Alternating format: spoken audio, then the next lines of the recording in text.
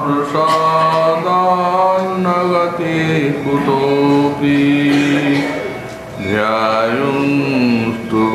ध्यायुस्तुवंस्तस्य यशस्त्रिसन्ध्यं वन्दे गुरुश्रीचरणारविन्दम्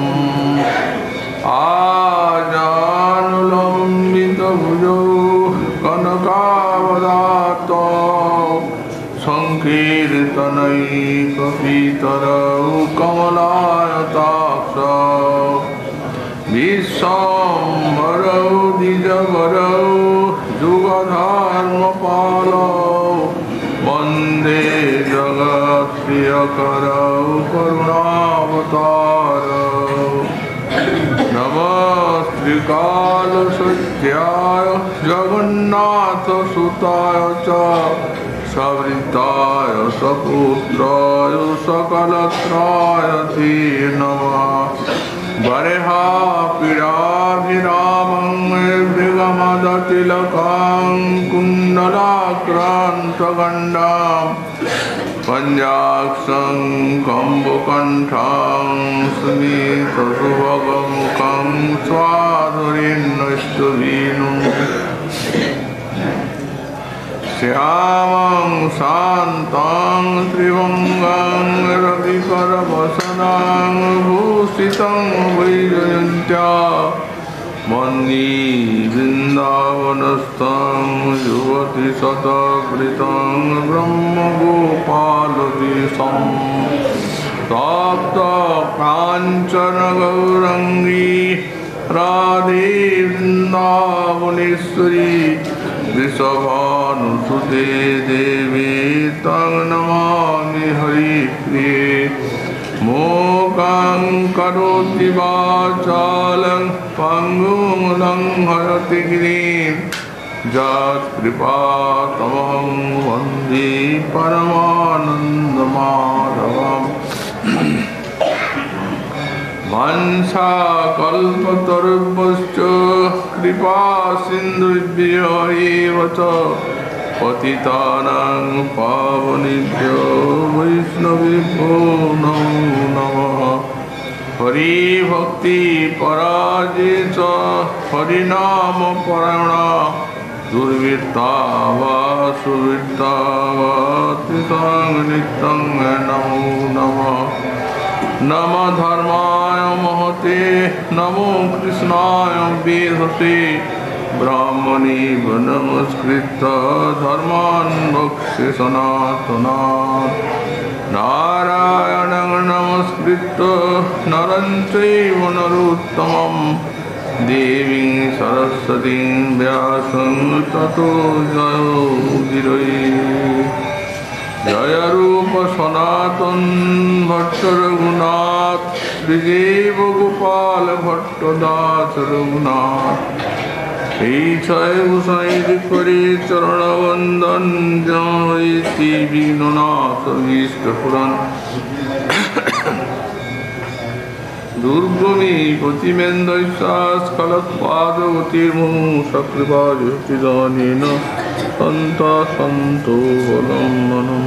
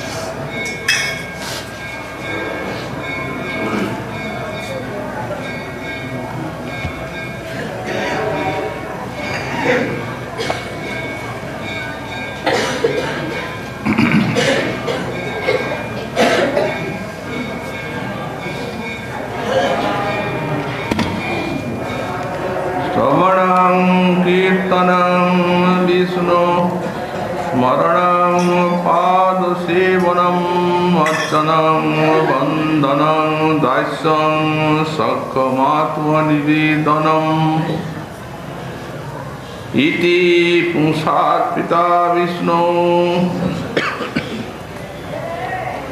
भक्तिश्चेन्नवलक्षणा क्रियति भगवत्तद्धा तन्मन्निधितमुत्तमम्। कलिजुग पावनावतार श्री श्री गौरांग महाप्रभु परमांतरंग पार्षद गौड़ीय वैष्णवाचार्य वर्ज परम पूज्यपाद श्री श्रील जीव गोस्वामी चरण तार श्री श्री भक्ति संदर्भ ग्रंथे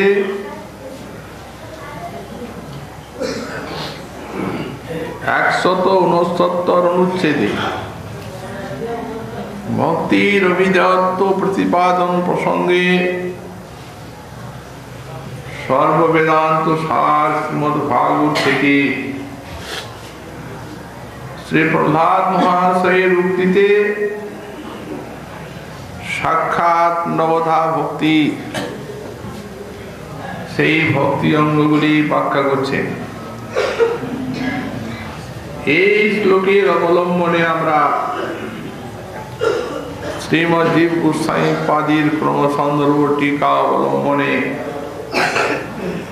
এই যাবৎ শ্রবণ কীর্তন স্মরণ পাদ সেবন অর্চন এবং বন্দন পর্যন্ত আলোচনা করে এসেছি। এই যে পাদ সেবন অর্চন এবং বন্দন এই যে অঙ্গগুলি এ বিষয়ে আমাদের শ্রীমৎ রূপ গোস্বামী পাদ তিনি যখন ভক্তের সামৃত সিন্ধু গ্রন্থে এই নবধা ভক্তি 64 অঙ্গে বিশ্লেষণ করেছে তখন তিনি একটি কথা লিখেছেন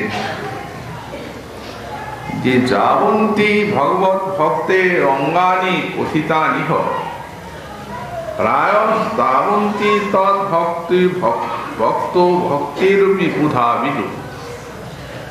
অর্থাৎ পণ্ডিতগণ জানবেন যে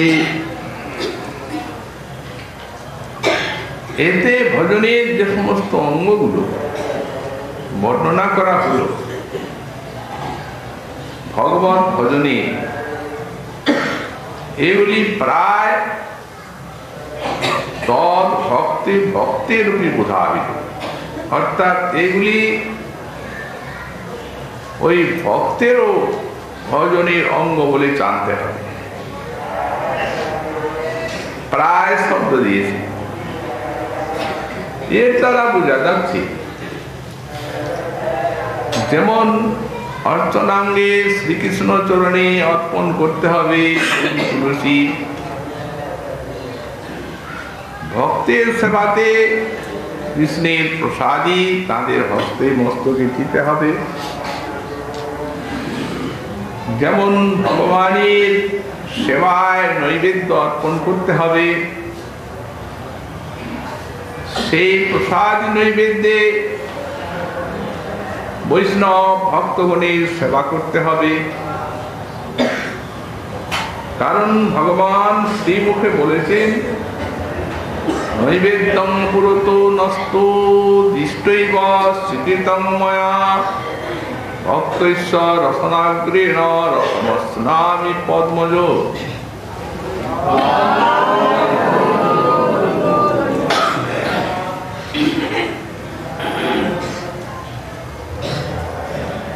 ব্রহ্মাকে বলছেন হে ব্রহ্মণ,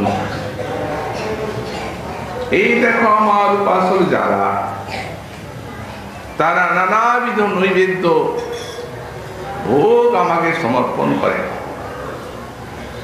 রাজভোগ, মহাভোগ, 56 ভোগ ইত্যাদি, কিন্তু আমি তো সেগুলি সেবন করি না। সেবন করলে তো যেমন নৈবেদ্য দেওয়া থাকে সেইভাবেই থাকে, সেবন করলে থাকবে না। অতএব আমি দৃষ্টির দ্বারা অঙ্গীকার করি, দৃষ্টই স্বীকৃত না, স্বীকার করি, দৃষ্টির দ্বারা অঙ্গীকার করি। এখানে ভক্তের আরো অনুভব আছে। ভক্ত অনুভব করেন যে তিনি তো সবই ভোজন করলেন, তবে তাঁর শ্রীহস্তের স্পর্শের গুণে ওই যেমন নৈবেদ্য সব তেমনি থেকে যায়। কিন্তু ভগবান বলছেন আমি দেখে অঙ্গীকার করিনি। তবে প্রভু আপনি কি রসনায় সেই নৈবেদ্যগুলির রস গ্রহণ করেন না? মনে করি সেটি অন্য জায়গায়। যখন সেই প্রসাদ তার দ্বারা যখন আমার প্রিয় ভক্তগণের সেবা হয়, তারা বৈষ্ণব যখন ভোজন করেন, তখন সেই ভক্তেশ্বর রসনাগ্রে ন অহং রসম স্নামি, তখন তার রসটা জিহ্বাতে ভক্তের রসনাগ্রে আসা। তাহলে এর দ্বারা বোঝা যাচ্ছে যে ভজনাঙ্গগুলো স্বামীপাদে বললেন এগুলি যথাযথ রূপে সাফল্য লাভের জন্য প্রায় শব্দ দিয়েছেন। অর্থাৎ যেভাবে যে অঙ্গটি ওই ভক্তের ভজনে নিয়োগ করা উচিত, বুধা পণ্ডিতা সেটি জেনে শুনে সেইভাবে করবে। অবশ্য মিলই কৃষ্ণ বৈষ্ণবকে পায়। আমরা শ্রীমদ্ ভাগবতে এই তথ্যটি বার বার বার শিখি, দৃষ্টান্তের দ্বারা ভিন্ন স্থানে। যখন শ্রী ঋষভদেব ভগবান তিনি যখন তাঁর পুত্রদের উপদেশ দিচ্ছেন ভজনে, তখন বলছেন ইদং শরীরং দুর্বিভাগ্যম, আমার এই যে দেহ এই দুর্বিভাগ্য, ভগবান বিগ্রহ তো সুতরাং এই আমার যে উপাসনা, এই উপাসনা সুচারুরূপে তোমাদের করতে গেলে তোমাদেরকে যেমন আমার ভজন করতে হবে, তেমনি তোমাদের যে ভ্রাতা ভরত তার উপাসনা তেমনি করতে হবে। তখন ঋষভদেবের সন্তানগণ বলছেন হে পিত, আপনি সাক্ষাৎ ভগবান, পূর্ণ বিশ্বাস আছে আপনার এই উপদেশে এবং আপনার আমরা ভজন করব। আপনি আপনার ভজনের কথা বলছেন, কিন্তু ভরত তো আমাদের ভাই, সে তো আমাদের সঙ্গে সমান সমান। অতএব আপনার নাই যার সঙ্গে একটা আমাদের সমতার বুদ্ধি আছে তাকেও ভজন করতে বলছেন, সেটা কি রূপে সম্ভব? ঋষভদেব বললেন তাহলে তো আর ভজন অপরাধ, ওকে সমান মনে করা যাবে না, ওকে তুল্যই মনে করতে হবে আমার, কারণ সে মহাভাগবত, তার ভজন ব্যতীত আমার ভক্তি সিদ্ধি কখনো সম্ভবপর নয়।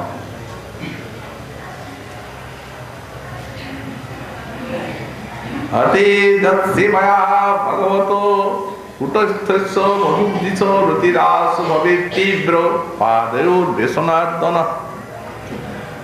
ভাগবত বলেন যত সেবায়া, যে ভগবত ভক্তির সেবার দ্বারা ভগবত কুটস্থস্য মধুদ্দিশ, ভগবান মধুসূদন কুটস্থ নিশ্চল যে পরতত্ত্ব বললেন, সেই তার চরণে রতিরাস হবে তীব্র। বিবিধ সংসার দুঃখ মানবের বিনাশকারী ভগবানের যে বেসনার্দন চরণ যুগল, দুঃখ নাশক সংসার দুঃখ নাশক যে ত্রিপাদ পদ্ম যুগল, সেই চরণ যুগলে রতিরাস হবে তীব্র, তীব্র রতিরাস জাত হয়। তার মানে বিশাল প্রেমোৎসব জাত হয়ে থাকে। এই ভাগবতের শ্লোকটি আমাদের শ্রী হরিভক্তি বিলাসে গোস্বামীপাদ উদ্ধৃত করেছেন এবং যখন একে টিকা করছেন তখন একটু রসের সঙ্গে টিকাটা ঘুরিয়ে বলছেন। বলছেন এই যে যৎসেবয়া ভগবানের ভক্তের সেবাটি এমন প্রেম, প্রেম প্রাপ্তি বিষয়ে। প্রেম তো কি, এতে প্রেমের ফলও পাওয়া যায়। বললেন এতে রাস দর্শন হয়, রতি রাস। এর ফলে ভক্তের রাসলীলা দর্শন হয়। রাসলীলায় তিনি সেখানে নিত্যের আনন্দ লাভ করেন। তো যদি কেউ বলেন যে একটা সাধক রাসলীলা পেল, সিদ্ধ স্বরূপ পেল, ঠিক আছে, রাসলীলা পেল, তো সে তো কোনোদিন নাচতে জানে না। আরে ব্রহ্মরাত্রি পর্যন্ত নাচতে পারবে কি? তার পা ব্যথা করবে না? বললেন পা ধরবে সনাতন। বললেন ব্যথা করবে কি করে?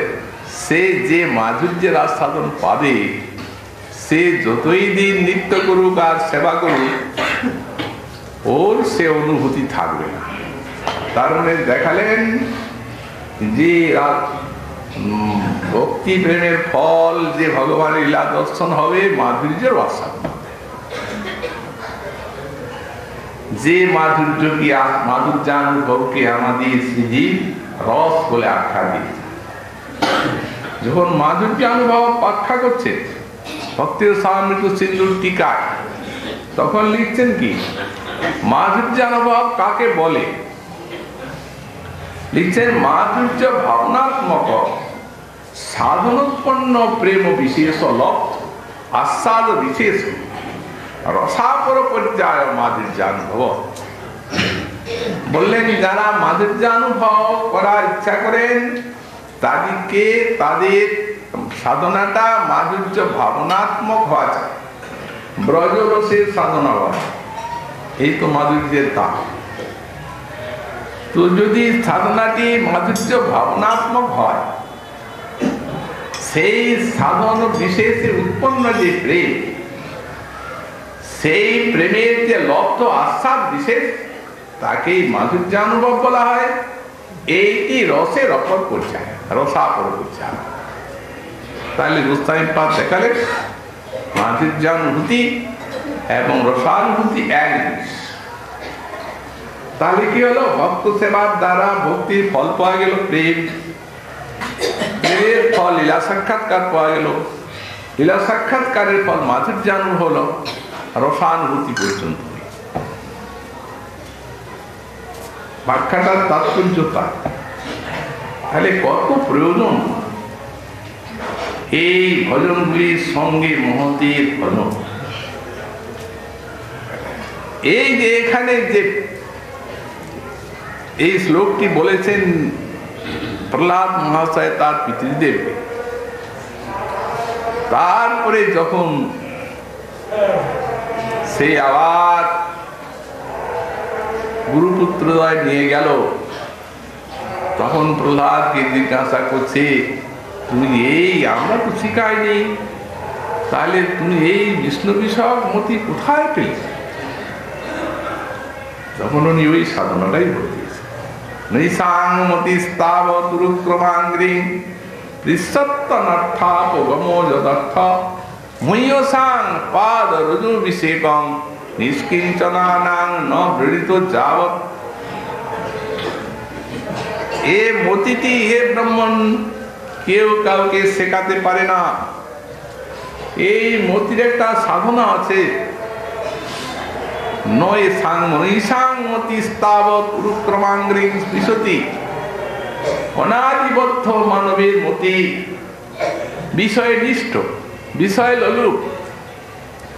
কৃষ্ণ বহির্মুখ হয়ে আর অনাদিকাল থেকে নানা জনিতে ভ্রমণ করে বেড়াচ্ছে। এত হরিকথা, এত সদুপদেশ, এত গ্রন্থ পড়া, অনেক কিছুই তো হচ্ছে, কিন্তু কই মতিটা তো ভগবত নিষ্ঠ বা ভজন নিষ্ঠ হচ্ছে না। অনাদি বিষয় সংস্কারে দুষ্টমতি ওই বারবার বিষয়েই কেন ছুটে যায়? দুঃখের বিষয়।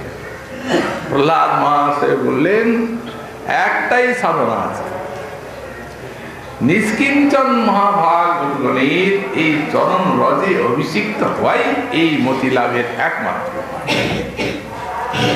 নিষ্কিঞ্চন আনাং মহাত্মানাম। শ্রীধর স্বামীর টিকাতে লিখতেন নিরস্ত বিষয়াভিমানানাং। যে সকল মহাত্মগণের বিষয়াভিমান নিরস্ত হয়েছে তারাই নিষ্কিঞ্চন। বিশ্বনাথ চক্রবর্তী পাদ লিখলেন যে যাদের একান্ত ভাবে ভগবত পাদ পদ্ম নিষ্ঠ মতি এসেছে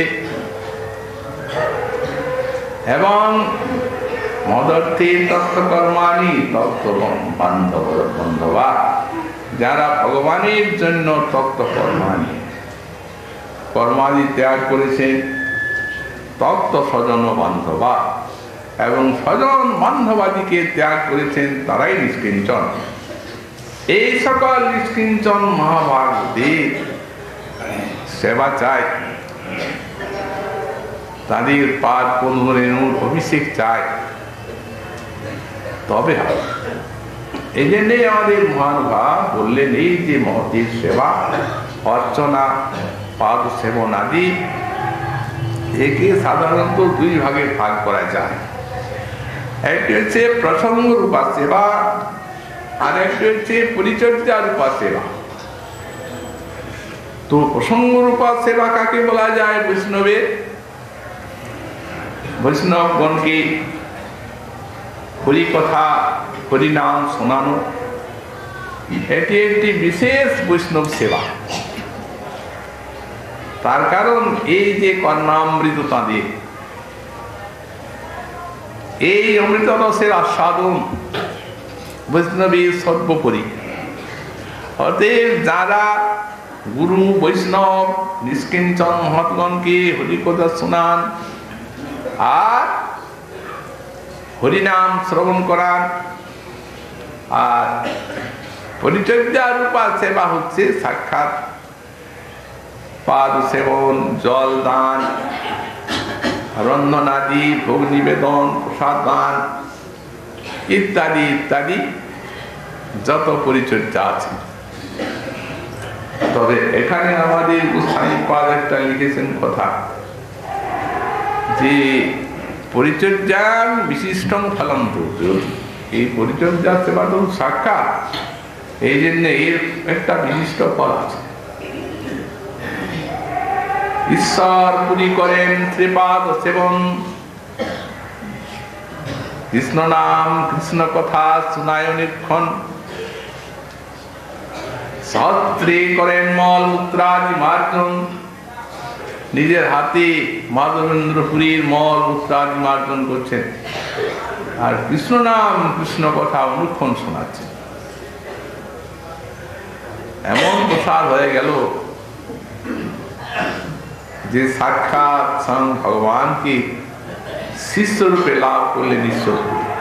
পক্ষান্তরে সেই রামচন্দ্রপুরী ব্রহ্মবাদী তো তিনি গুরুদেবের কাছে যে বলছেন শ্রীপাদ আপনি এত কাঁদছেন কেন, চিৎ ব্রহ্ম হইয়া কেন করহ ক্রন্দন, তুমি চিৎ ব্রহ্মর স্বরূপটা স্মরণ করেন আপনি, উনি কাঁদছেন তো কৃষ্ণ বিরহে।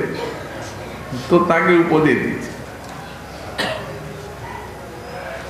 তখন মাধবেন্দ্র পুরী বলছেন কৃষ্ণ না পাইনু মই না পাইনু মথুরা, এই দুঃখে মরো আর এ আবার দিতে আইলো জ্বালা, যা যা যা। মহাপ্রভুকে পর্যন্ত নিন্দা, দুটা পাশাপাশি রাখলে বোঝা যায় এই মহতির অনুগ্রহ আর নিগ্রহ। যে মহাপ্রভুর দর্শনে সারা বিশ্ব প্রেম দিল, উনার নিন্দা এলো কি করে না? ওই যে ওই জায়গায় অতএব সাক্ষাৎ প্রেমময় মূর্তি আরো করুণাটা সেখানে কুণ্ঠিত হয়ে গেল, এমন মহতি বিগ্রহ। এই জন্যই তো বলা হয়েছে এতে কি বৈষ্ণব সেবা পরম উপায়, বৈষ্ণব সেবা হইতে সবাই কৃষ্ণ পায়। তারপরে বললেন বন্ধনের পরে দাস্যম, এই দাস্য সক্ষ আত্মনিবেদন,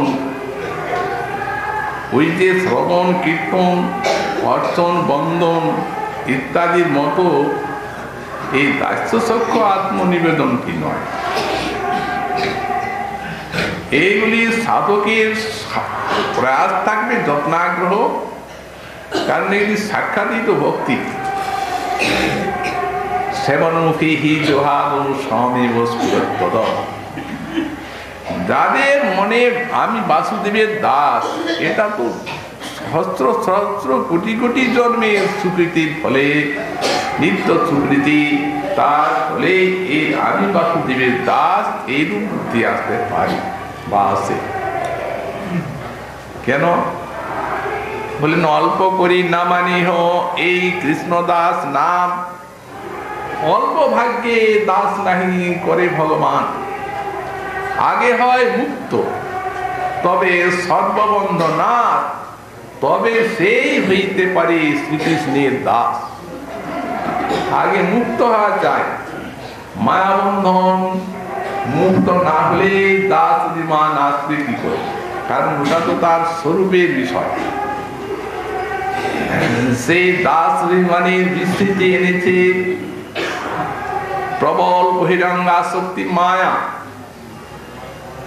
সেই মায়ার গুণে অনুরঞ্জিত হয়ে আর জীবের হৃদয় সতত এই জড়ীয় বিষয় বৈষয়িক দেহ দৈহিকাদিতে আমি আমার বুদ্ধিতে নিবিষ্ট হয়ে আছে। দাস বুদ্ধি কি করে আসে? স্বরূপে। এই জন্য বলেন আগে হয় মুক্ত, তবে সর্ববন্ধ নাশ, তবে সেই হইতে পারে শ্রীকৃষ্ণের দাস। দাস ভাবনা সহজ কথা নয়। এই জায়গায় ক্রমসন্দর্ভ টিকা ওই কথাটা গোস্বামী লিখেছে।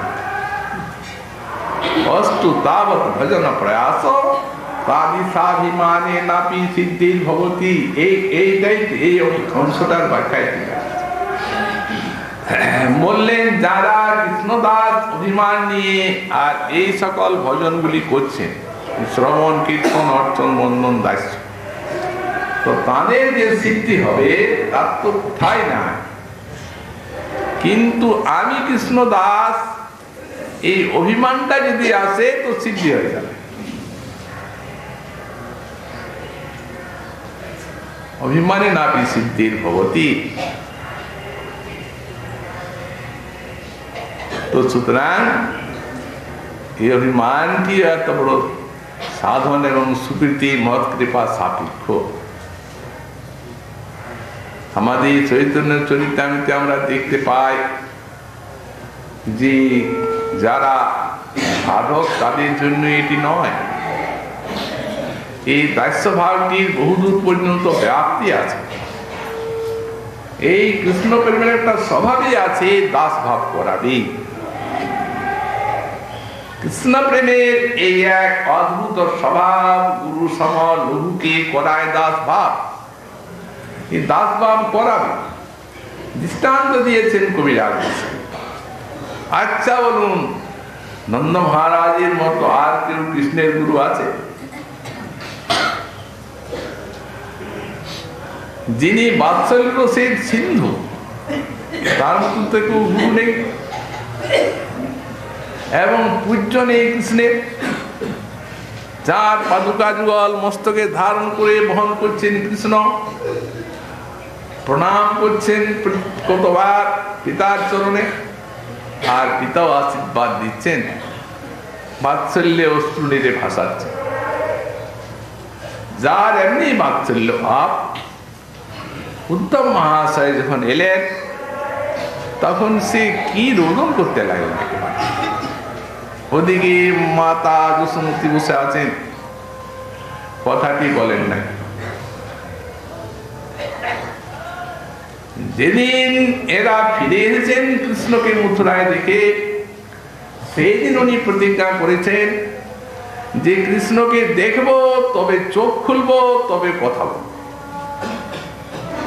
আর কোনো কথা নেই, চোখকে মুদ্রিত করে আছে। যখন এই পিতা কৃষ্ণের বার্তা জিজ্ঞাসা করছেন আর উদ্ধব উত্তরগুলি দিচ্ছেন, তখন বাৎসল্যবতী মাতা যশোদার অশ্রু নিরে আর স্তন ক্ষীরে নদী বয়ে গেছে। এত বাৎসল্য দিক উদ্ধব এই তো কানতে কানতে অন্ধ হয়ে গেল, আর মাতৃ বলে আসেন। মহোদশা প্রাপ্ত হয়ে যাচ্ছে, বলো আমার ছেলে কবে আসবে, কি বলে পাঠিয়েছে। উদ্ধব মহাশয় মনে মনে চিন্তা করছেন, যখন এখানে আসি তখন ভগবান প্রথমে এদের কথা বলেছে,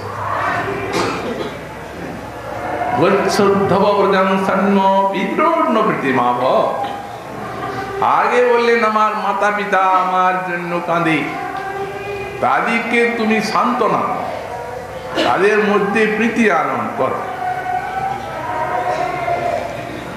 এদিকে আমি কি করে সান্ত্বনা দেব?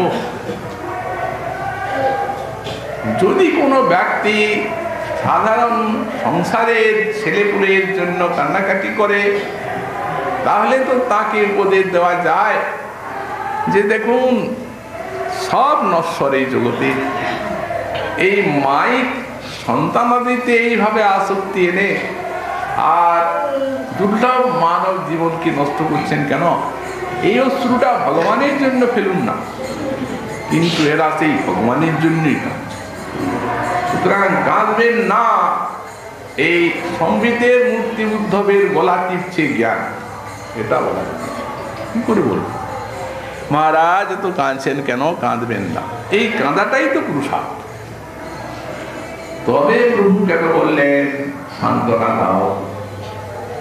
মনে মনে ভাবছেন যে এই যে এদের বাৎসল্য বুদ্ধি,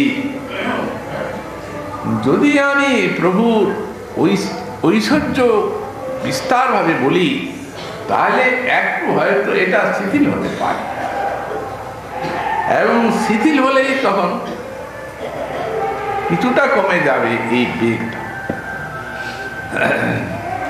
তখন ওই মনে স্থির করে বলছেন রাম মহারাজ, হে পিত,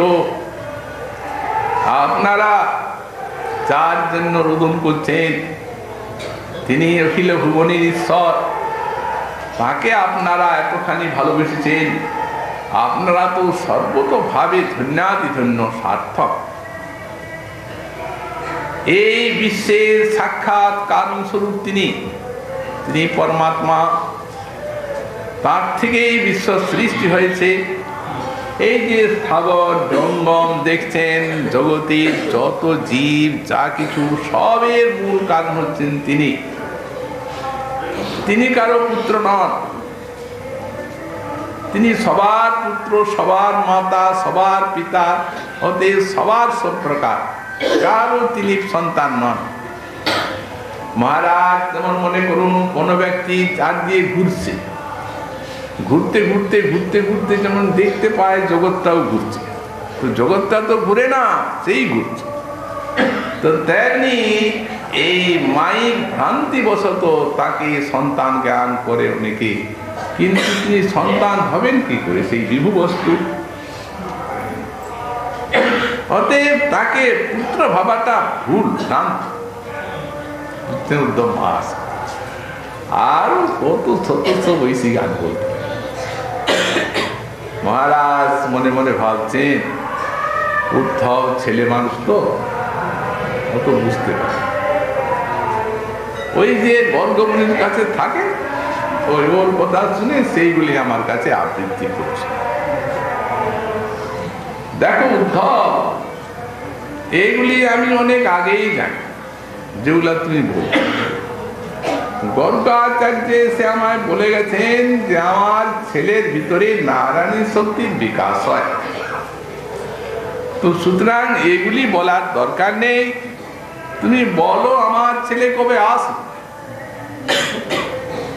শ্রী উদ্ধব মহাশয় মনে মনে ভাবছেন এদিকে উপদেশ দেওয়া ভয়ঙ্কর কঠিন, তবে প্রভু কেন পাঠান, কি বলে সান্ত্বনা। কোনো দিকেই তো ঠিক হচ্ছে না। তখন একটাই কথা বললেন, হে পিতর, দেখেন তিনি আসবেন, তিনি যখন নিজের মুখে আপনাকে বলেছেন যে তিনি আসবেন, আপনাকে বিদায় দেওয়ার সময় তিনি কখনো মিথ্যা কথা বলেন না। অতএব এত তার জন্য আপনারা বিকল হবেন না। দেখুন আপনারা তো এই ব্রজের পালক, সবার আপনারা চিরদেশ, আপনারা যদি এই প্রকারে বিহ্বল হয়ে রোদন করতে থাকেন তাহলে ব্রজবাসীদের কি অবস্থা হবে? একটু ধৈর্য ধারণ করুন, আমি বলছি উনি অতি অবশ্যই আসবেন। এছাড়া আর কি বলবেন? লৌকিক ভাবে এইরূপ সান্ত্বনা দিয়ে এই কথা বলতে বলতে সকাল সারা রাত ওর বাৎসল্যকে নড়ানো গেল না। কিন্তু এত অগাধ যার বাৎসল্য, শেষকালে বিদায়ের প্রাককালে তিনিও বললেন কি এই দাস্যমতি চাই। সত্য উদ্ধব, কৃষ্ণ আমার তো নয়, কিন্তু তেহ ঈশ্বর, ইহা যদি তোমার মনে, আমার মনে কৃষ্ণ আমার ছেলে, এইটা সত্য। তোমার যদি এত ঈশ্বরের কথা বললে, অতএব তোমার যদি মনে হয় সেই ঈশ্বর, তো তোমার ঈশ্বর কৃষ্ণের রূপ মোর মতি, তেহর মতি মাগে কৃষ্ণের চর। এই দাস্য ভাবটা একটাই প্রকারের স্বভাব আছে, এটা সকলকেই করা। ব্রজের যে সমস্ত সখা সম্বাহনাং চক্রু কীর্তিত মহাত্মন অপরে হতপাপমানই ব্যজন সমবিজন। কৃষ্ণেরও পাঠ টিপছেন আর বলছেন দেখ তোর পাঠ টিপে দিলাম, তুই আমার পাঠ। কৃষ্ণে সেবে কৃষ্ণে করায় আপন সেবন। তোর পাঠ টিপলাম, তুই টিপবি না কেন? গুনে গুনে আদায় করে এইরকম এরা বিশুদ্ধ মাধুর্যময় ঈশ্বর।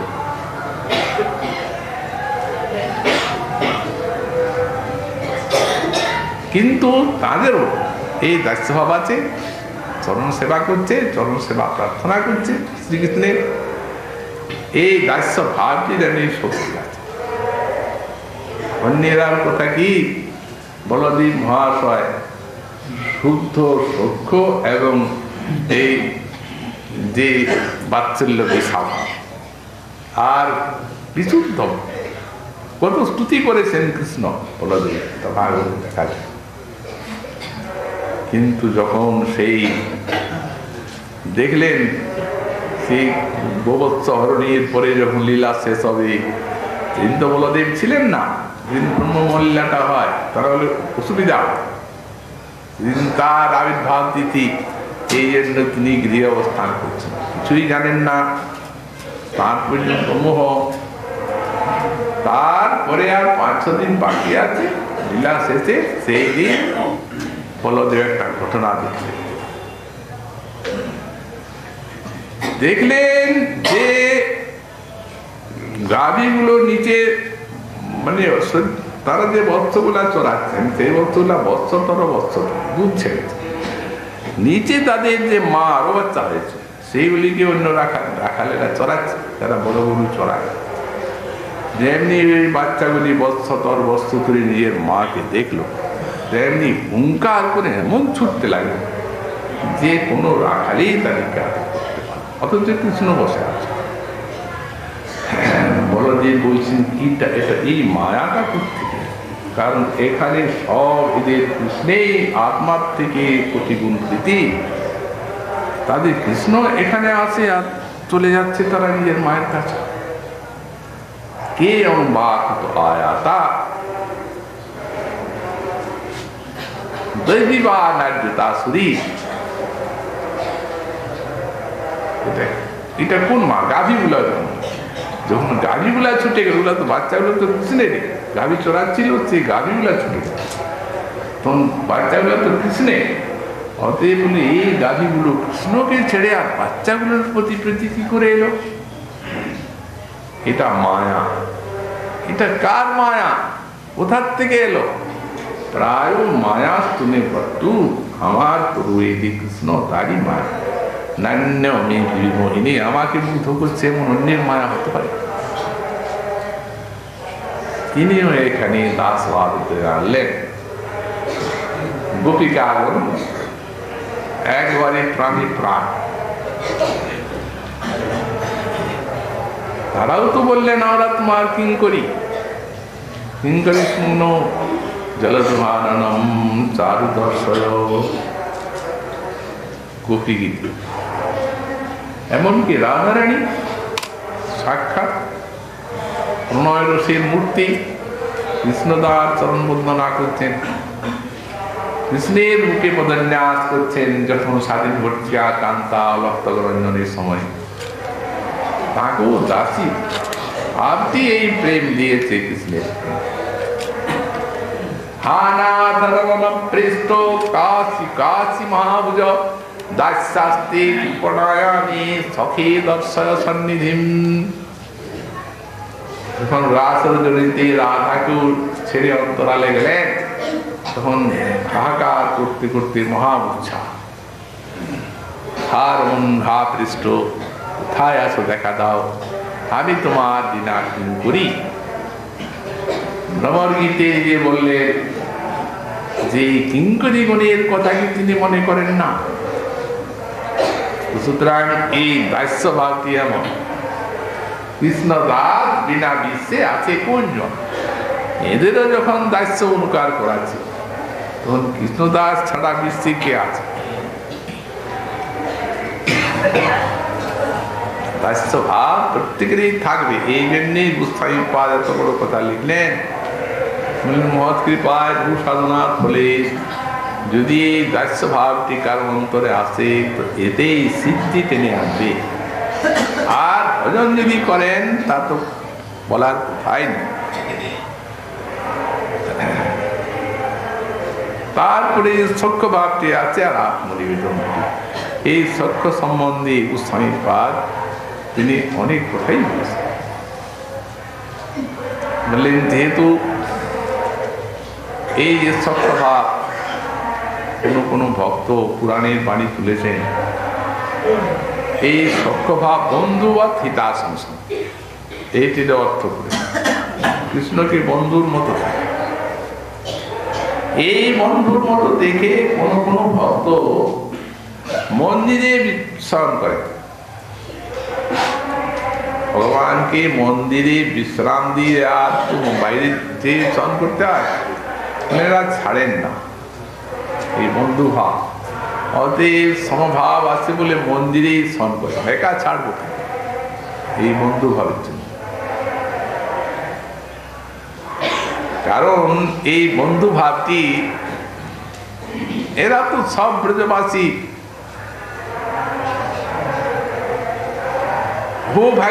অহো ভাগ্যং নন্দ গোপাম জন্মিত্রং পরমানন্দং পূর্ণং ব্রহ্ম সনাতনম। ওহো ব্রহ্মাজি স্তুতি করছেন, ওহো ভাগ্যম, ওহো ভাগ্য, ওহো ভাগ্য, ওহো ভাগ্য এই নন্দপুরবাসী সব। জন্মিত্রং পরমানন্দং পূর্ণং ব্রহ্ম সনাতনম, পূর্ণ ব্রহ্ম সনাতন যাদের মিত্র, এরা তাদের মিত্র এই কথা বলেন নাই, পূর্ণ ব্রহ্ম সনাতন যাদের মিত্র। এখানে দেখানো হচ্ছে যে স্বয়ং মিত্রবৎ প্রেমকর্তা। এই যে মাখামাখি ভাব, এই ভাবটা ব্রজবাসী ছাড়া আর তিনি আস্বাদন করবেন কার ভিতরে? যেখানে অগ্নি সেইখানে তাপ। কিন্তু চন্দ্রকান্ত মুনির নিকটে সেই তাপটি কুণ্ঠিত হয়ে যায়। তেমনি যেখানে কৃষ্ণ সেইখানেই ঐশ্বর্য ভাব, এত বিশাল ঐশ্বর্য।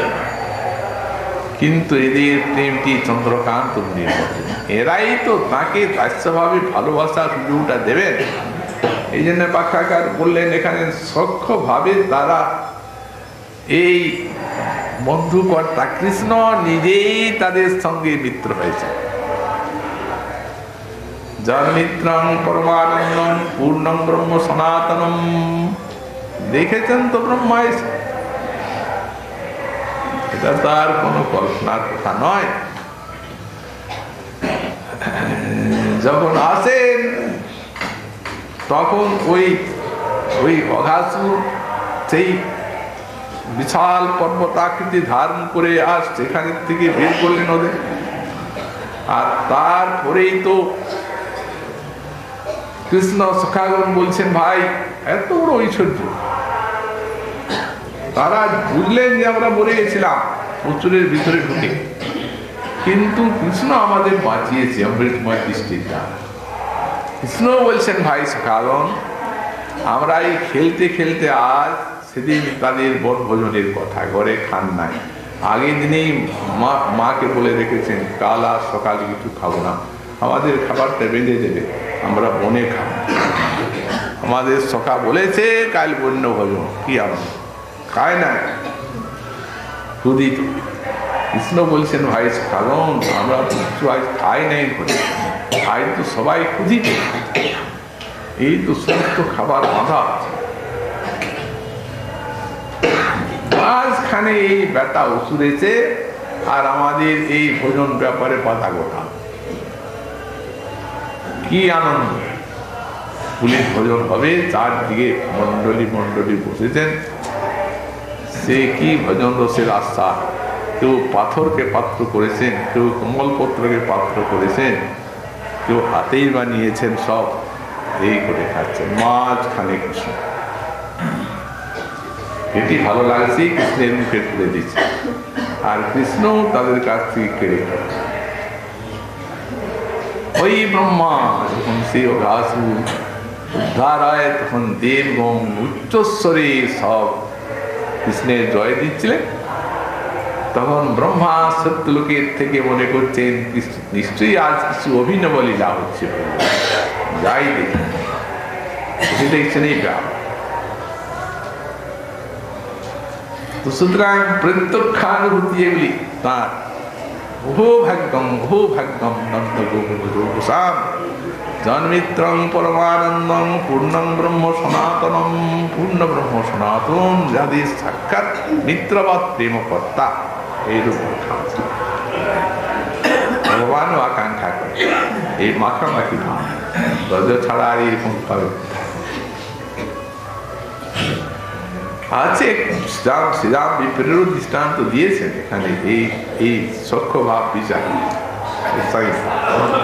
ব্রহ্মসুন্দর টিকা কি সেখানে একেবারে সখ্য ভাবের আশ্বাস। উনি যখন হতভম্ব হয়ে গেলেন একবারে এই ঐশ্বর্য দেখি, দরিদ্র ব্রাহ্মণ সহপাঠী একসঙ্গে পড়েছেন, একসঙ্গে উঠেছেন, বসেছেন, খেয়েছেন, এখন উনি তো বুঝতে পারেন নাই না, তাছাড়াই নয় নিষ্কিঞ্চন পত্নী জোর করে পাঠিয়েছে, যাও ওনার কাছে গেলেই দুঃখ যাবে। উনি যদি ভাবতেই পারতেন এই ঐশ্বর্য, তাহলে কি এতগুলো চিপিটক্কনা আনতেন উপঢৌকন। পত্নীকে বলছেন দাও কিছু, সখার কাছে যাব, কিছু তো উপহার নিয়ে যাব। তখন ওই প্রতিবেশী ঘরে চিপিটক্কনা মেঘে এনেছেন কঙ্কর মিশ্রিত, সেইটা একটা পুটলায় বেঁধে এই সব দেখে একেবারে কৃষ্ণ মনে করছেন, চরণ ধৌত করছেন, রুক্মিণী চপচামড় ঝুলাচ্ছেন, সে কি সেবা। আগুনি কতবার ছিন্ন মলিন বেশ, রুক্ষ বেশ, এমনি কৃষ দেহ। ভগবান যে তার ওই সখ্য রসটা আস্বাদন করতে পারছেন না, এই আস্বাদনেই লোলুপতা তার অন্তরে আছে। তখন উনি বললেন, এই যে এর ভাবটা জেগেছে এইখানের থেকে একে সূক্ষ্মভাবে কি করে আনা যায়। ওই কথাগুলো বলতে সখা মনে আছে তো তোমার, সেই যেদিন আমাদের গুরুমা বললো সেই কাষ্ট হরণ করতে, সেই দিন বনে গেলাম, আর সেই দিন সেই ঝড়েও আর সেই বন্যজন্তুর ভয়ে গাছের উপরে উঠে থাকলাম, ঠকঠক করে কাঁপছিলাম। আর তারপরে সেই চানা নিয়ে গেছিলে তুমি, চানা ভাজা সেই খাচ্ছিলাম ফটফট করে। সখা সেই দিনের কথা মনে করলে প্রাণটা কেমন হয়ে যায়, এই সব ঐশ্বর্য আর সে কি আস্বাদ। এরকম বলতে বলতে ধীরে ধীরে চোখের ঘুমিতে নিয়ে এলে তখন আলাপ।